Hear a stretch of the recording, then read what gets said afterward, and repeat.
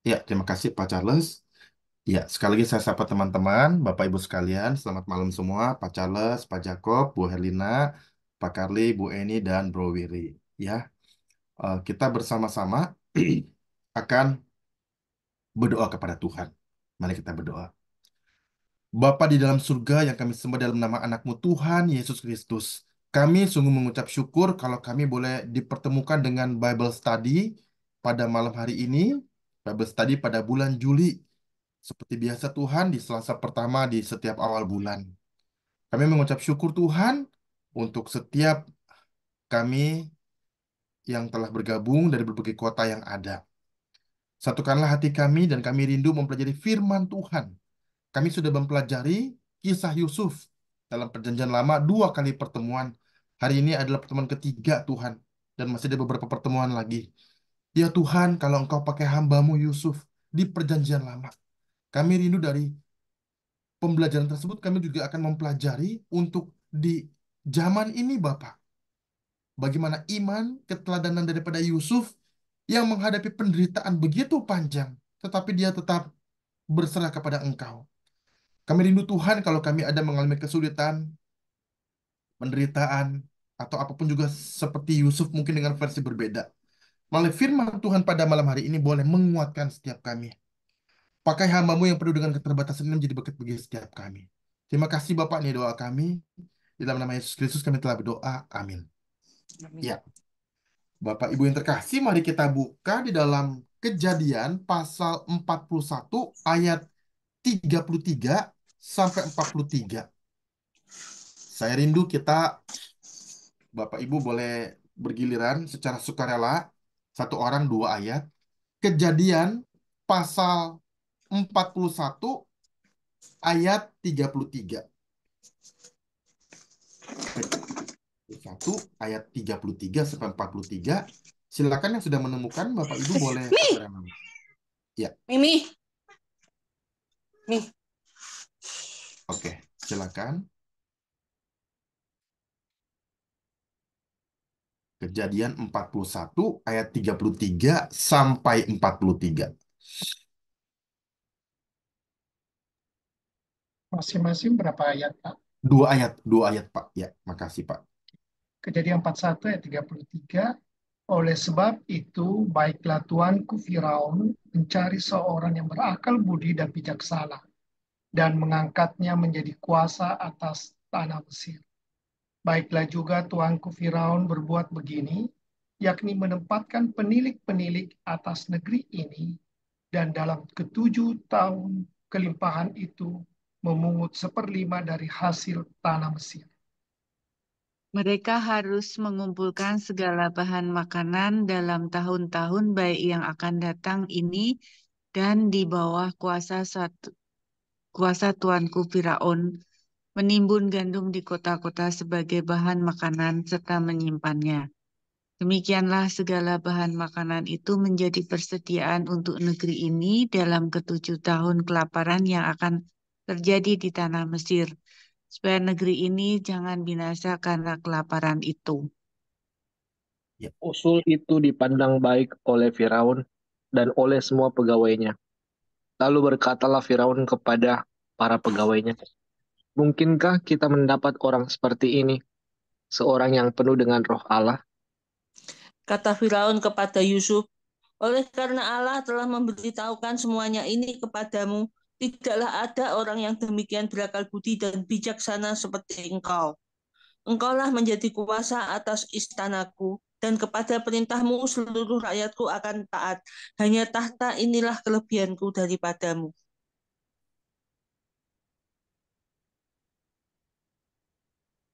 ya, silakan.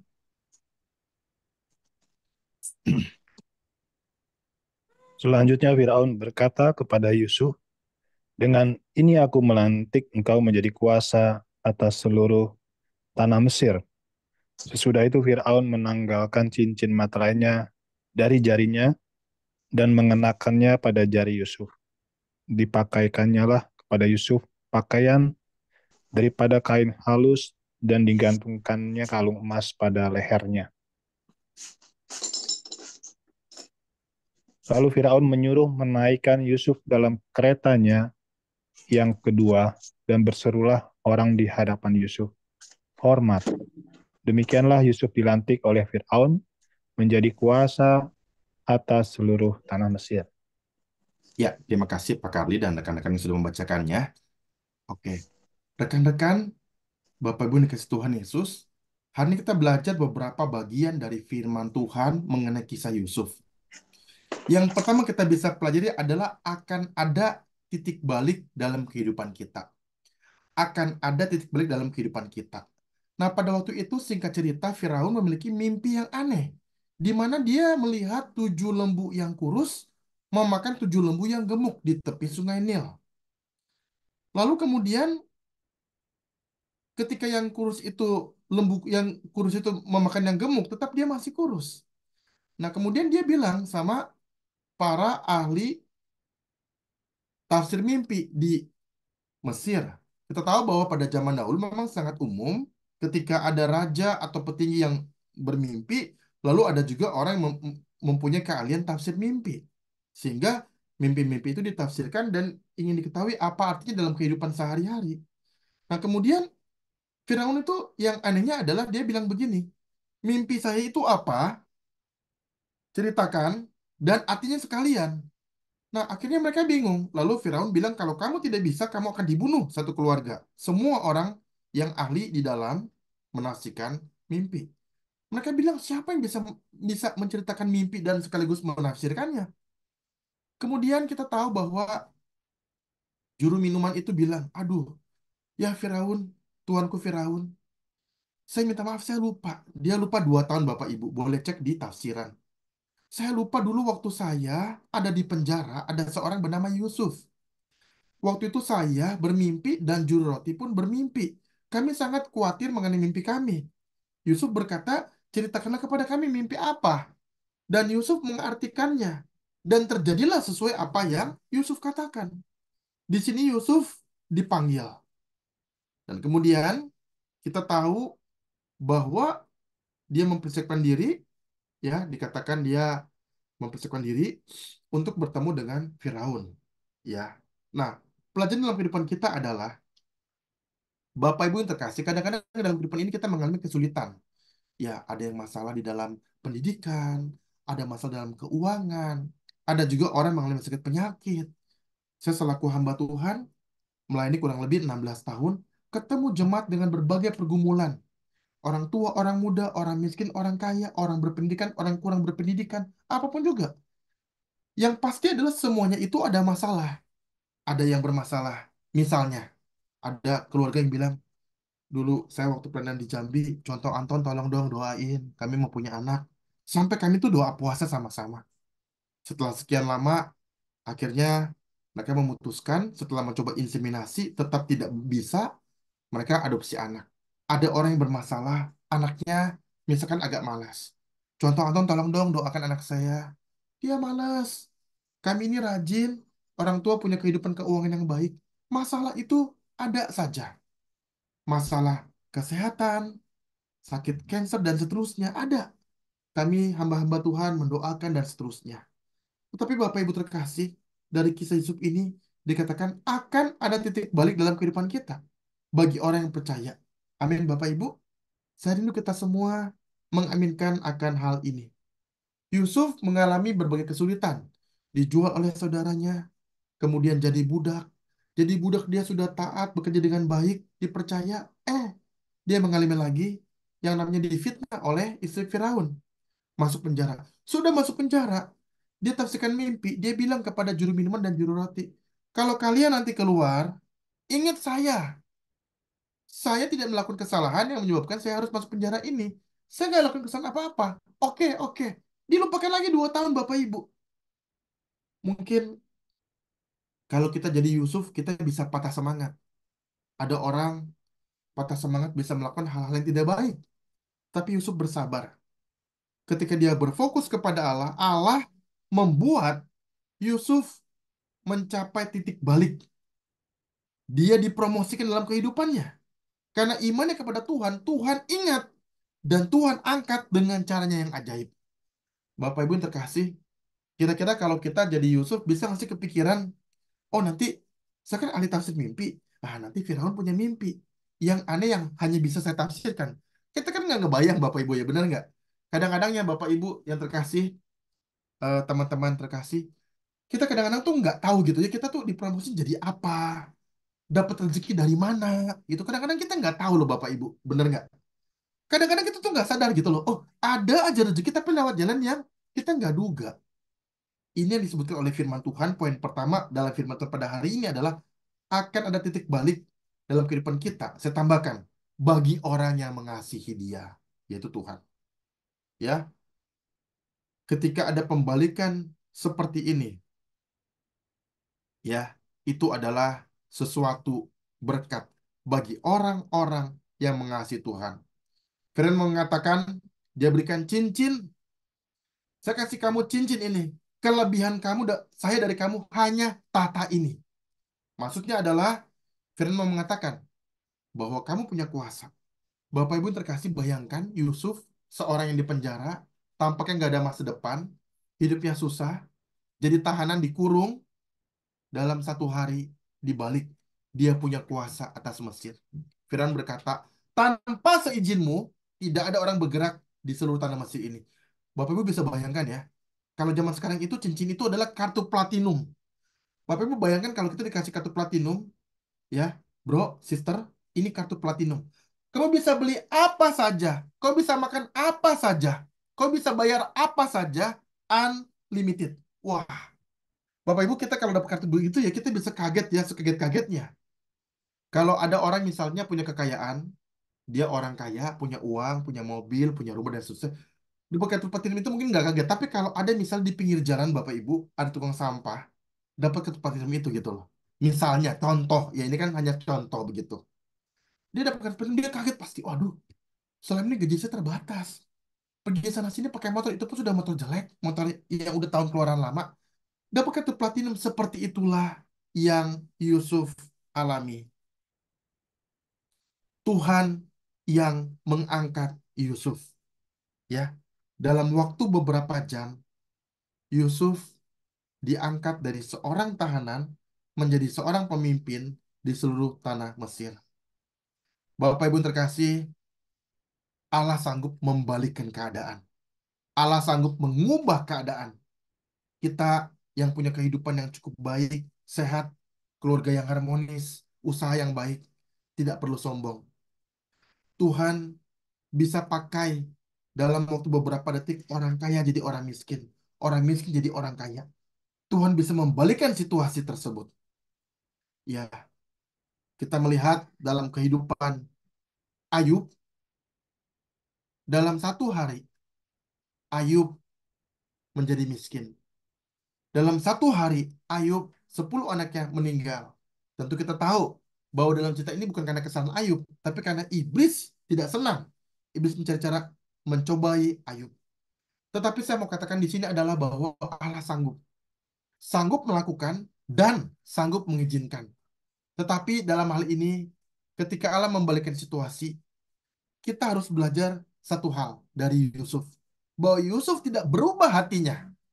Waktu dia keadaan miskin, tetap hatinya berpaut pada Tuhan. Waktu dia kaya pun, hatinya pun berpaut pada Tuhan. Kita tahu cerita itu, nanti kita akan sambung dalam kisah berikutnya. Tetapi dari peristiwa ini, Yusuf tidak berubah dalam hatinya. Dalam kondisi sulit, dia pun mencintai Tuhan. Dalam kondisi kaya, dia pun mencintai Tuhan.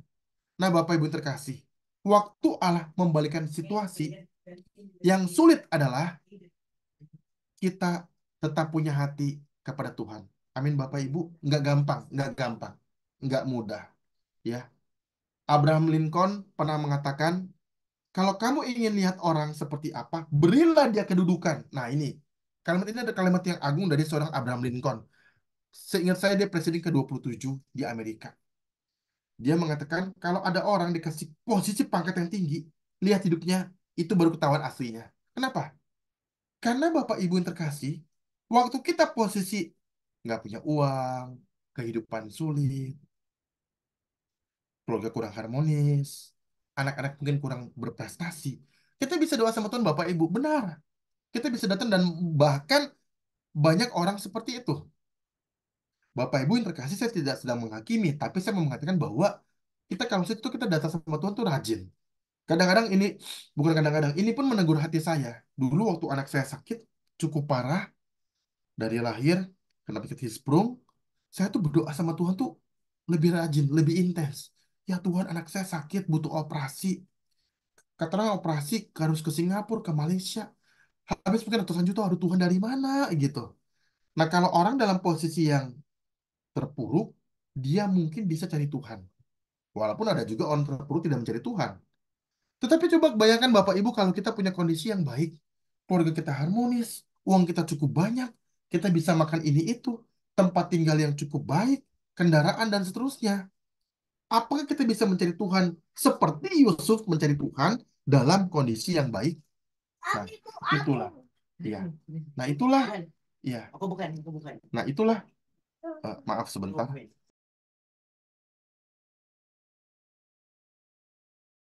Mohon maaf.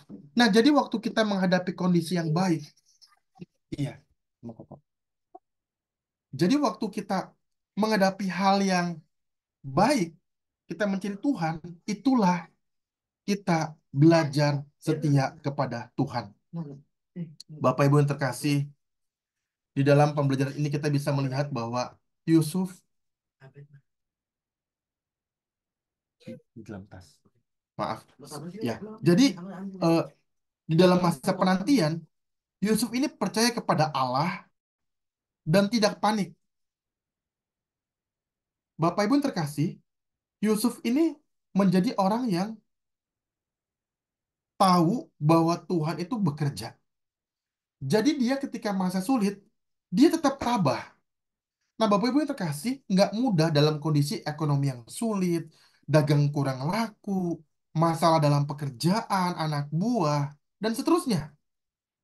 Tetapi Yusuf ini belajar untuk tidak panik, tidak khawatir, mungkin juga tidak terlalu merasa sedih. Alkitab tidak pernah ceritakan bahwa Yusuf itu sedih, dalam penjara dia merasa muram, atau dia menangis. Walaupun mungkin saya percaya terkadang pasti ada karena manusia biasa, Bapak Ibu. Tetapi Alkitab mencatat bahwa Yusuf ini tetap sabar dalam penantian. Ya. Dan berikutnya kita pelajari adalah ketika hadiah itu datang, maka bersyukurlah kepada Allah dan jangan merasa sombong. Nah, Bapak Ibu, waktu kita dikasih Tuhan hadiah, misalnya keuangan yang baik gitu loh. Kemudian keluarga yang sehat, atau anak yang lagi sakit sembuh, atau anak yang sudah menikah sekian tahun tidak punya anak, tiba-tiba istrinya hamil. Nah, itu kan hadiah Bapak Ibu. Waktu hadiah itu datang, Yusuf atau kisah Yusuf mengajar kepada kita, mari bersyukur dan tidak sombong. Iya. Iya. Jadi, waktu Yusuf mendapat hadiah itu, Alkitab mencatat Yusuf bekerja dengan sungguh-sungguh, tapi pun dia tidak sombong. Kita belajar mengenai hal ini. Bapak Ibu terkasih, Alkitab dalam Perjanjian Lama secara khusus menceritakan dua orang yang tidak pernah disebutkan atau diceritakan mengenai dosanya, walaupun dia berdosa, Yusuf dan Daniel. Dua tokoh ini kita belajar bahwa kita tidak pernah mendapat catatan dari Alkitab mengenai kehidupan, bagaimana mereka berbuat dosa atau berbuat salah, atau berbuat hal yang tidak patut kepada Tuhan. Dua tokoh ini yang saya ingat. Jadi, mari kita bersama-sama belajar untuk melihat Yusuf yang setia kepada Tuhan. Nah, oke. Berikutnya, kita akan belajar kembali. Yang kedua adalah apa yang terjadi waktu Yusuf ada di atas, yaitu dia menjadi Perdana Menteri atau penguasa atas Mesir. Nah, Bapak Ibu yang terkasih, Yusuf menjadi kuasa atas tanah Mesir, dia diberi nama Zafnat Paneah. Nama dia Zafnat Paneah dari suku kata Nat atau sama dengan Nate, Dewi Mesir. Diberikan istri bernama Asnat yang adalah anak imam Mesir. Ya, Bapak Ibu terkasih, Daud waktu diurapi belum umur 20 tahun oleh Samuel menjadi raja saat ah Yosia, sorry, Yosia menjadi raja saat usia 8 tahun. Daniel menjadi orang terkemuka saat remaja. Perawan Maria, istri Yusuf yang melahirkan Tuhan Yesus, berusia belasan tahun saat melahirkan bayi Yesus. Nah, Yusuf pada waktu dia menjadi Perdana Menteri, Alkitab mencatat atau tafsir mencatat 30 tahun. Sudah cukup berumur. Ya. Tetapi Yusuf ini dengan sungguh-sungguh mengerjakan bagiannya. Artinya bahwa Yusuf ini dibanding tokoh-tokoh Alkitab lain, dia sudah umur 30 sudah cukup berumur dibanding orang-orang lain. Tapi dia pun tetap bersyukur. Ya, akhirnya dia punya anak bernama Manasye, artinya Allah membuat aku lupa kesukaran. Dan Efraim artinya aku mendapat anak dalam negeri kesengsaraan aku. Ya, nama-nama anaknya memperlihatkan kepada kita bahwa Yusuf bersyukur. Ya. Nah, Bapak Ibu perhatikan, setelah itu terjadilah benar-benar apa yang Yusuf katakan. Kelaparan terjadi, terjadi, sorry, terjadi 7 tahun kelimpahan. Ya, jadi Yusuf bekerja dengan baik. Dia menjadi seorang manajemen Bulog, badan urusan logistik. Dia kumpulkan gandum di seluruh tanah Mesir. Bapak Ibu perhatikan, dalam waktu dia bekerja ada 3 prinsip, yaitu penderitaan tidak membuat dia putus asa. Ada Bapak Ibu orang menderita setelah dapat posisi dia bingung mau kerja apa. Karena dia dulu sangat susah sekali. Tapi Yusuf enggak. Dia ketika sudah pekerjaan, dia kerja dengan baik. Dia bilang saya punya prinsip, kata Yusuf dalam hatinya, aku mau memberkati orang banyak melalui pekerjaanku. Kedua, kenangan buruk tidak perlu mengalahkan kita. Bapak Ibu terkasih, waktu kita ada masa lalu, itu bisa mempengaruhi cara kita bekerja di masa sekarang. Tapi Yusuf enggak. Dia luar biasa. Berikutnya adalah berkat yang besar tidak perlu membatalkan pelayanan. Bapak Ibu terkasih, kadang-kadang orang kehidupan tidak baik.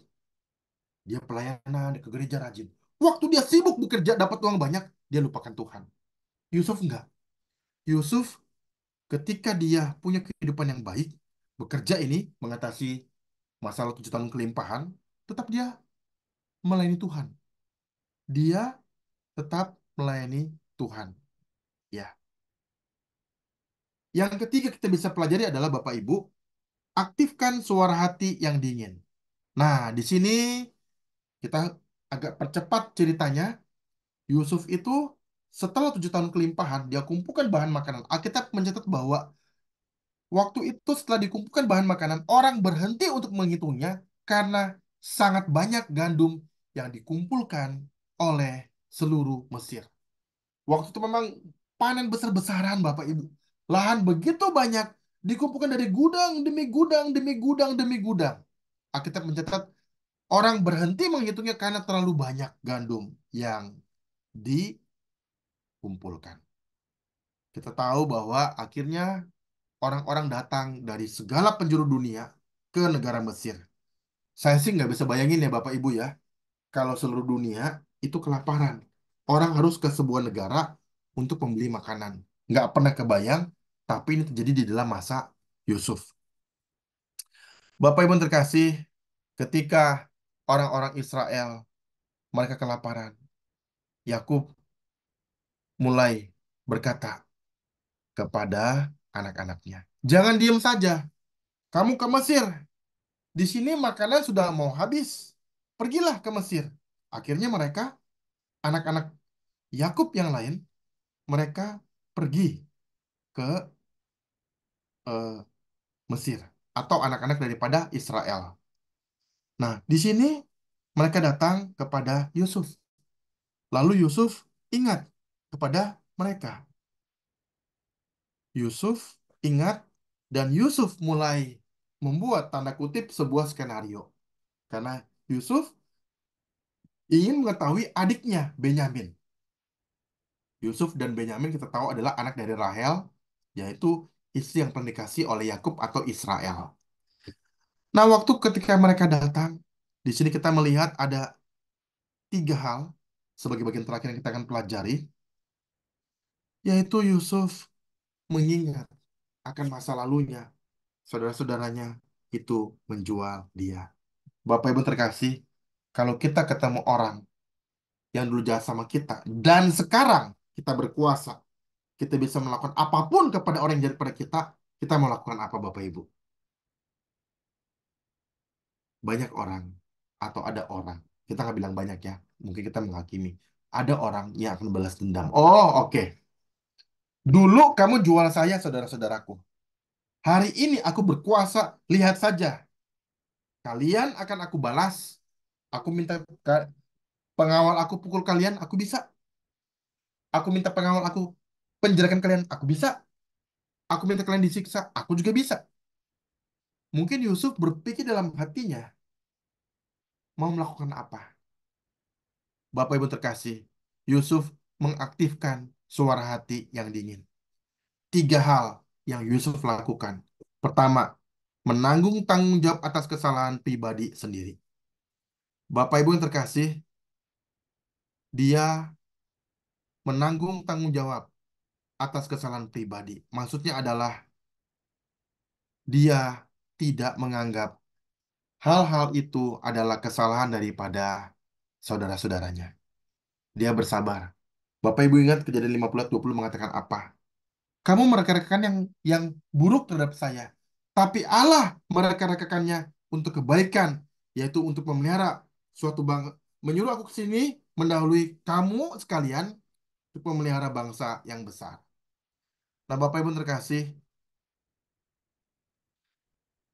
orang yang bersalah itu pasti akan suara hatinya akan menegur dia tanpa kita harus ngomong. Bapak Ibu ingat waktu saudara-saudara Yusuf itu mereka mengalami kesusahan karena disuruh pulang ambil Benyamin. Dia bilang, wah papa Israel pasti akan nangis sedih kalau disuruh bawa lagi Benyamin. Kemudian, maaf, mereka berkata, apakah kita tidak ingat waktu itu betapa sesaknya Yusuf minta tolong sama kita? Itu udah kalimatnya Bapak Ibu. Artinya apa? Mereka tuh bicara mengenai Benyamin. Mereka nggak tahu kalau di dalam depan mereka itu, Perdana Menteri itu, di Mesir itu adalah Yusuf. Mereka nggak tahu kok. Tapi kenapa mereka bisa ingat peristiwa mereka bersalah kepada Yusuf? Padahal sudah begitu lama, bertahun-tahun. Artinya apa? Artinya mereka, saudara-saudara Yusuf, pada akhirnya berkata, kami bersalah.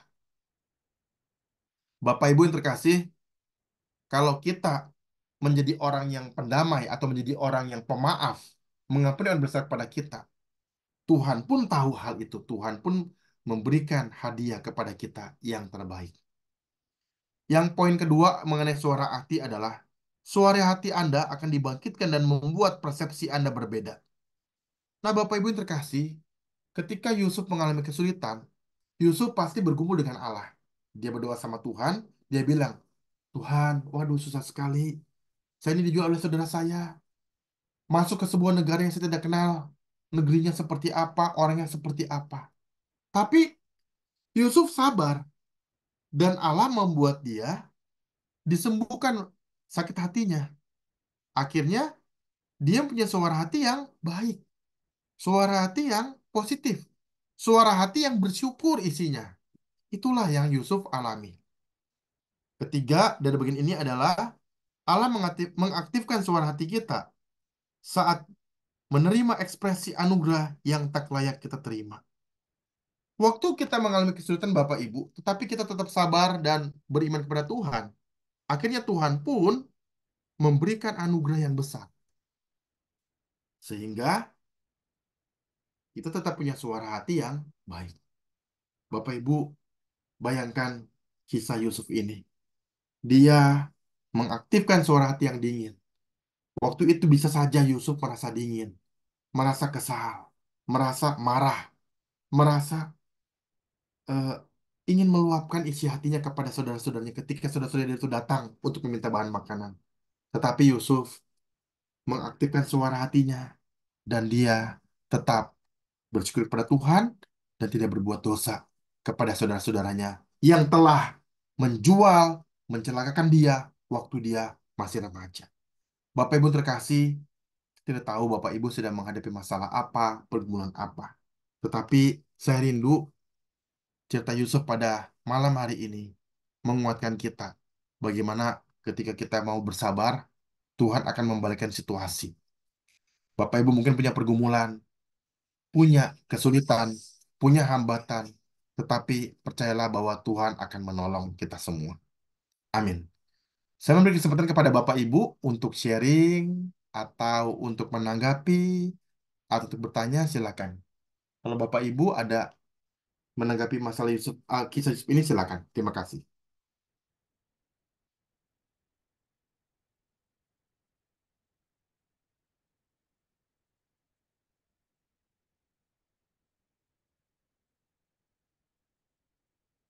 Saya mungkin tutup dulu untuk rekamannya.